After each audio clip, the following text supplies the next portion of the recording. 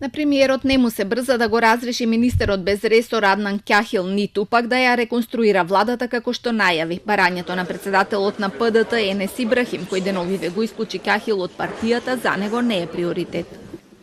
Пополека, ќе разговараме, ќе видиме аргументите кои се, сето тоа е важно, така да истовремено и таа политичка партија побара од мене да помогнам како премиер Македонија да влезе во НАТО и да почнем преговори со Европската унија.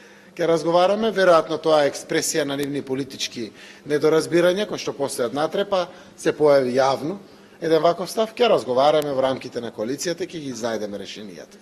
По оваа изјава на премиерот Ибрахим вели дека и понатаму ќе бара да биде разрешен министерот кој деновиве е исклучен од партијата со образложение дека го нарушува угледот и на политичкиот субјект и на заедницата што ја представува.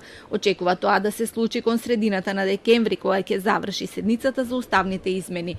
Во врска со реконструкцијата на владата што неодамна ја најави ЗАЕ, сега остава на партиите да си ги повлечат своите луѓе. Се јавува потреба од политички партии да повлечат своји луѓе. Тоа е дебатата која што постои. Реконструкцијата која премиерот отвара прашање за промени на одредени министри.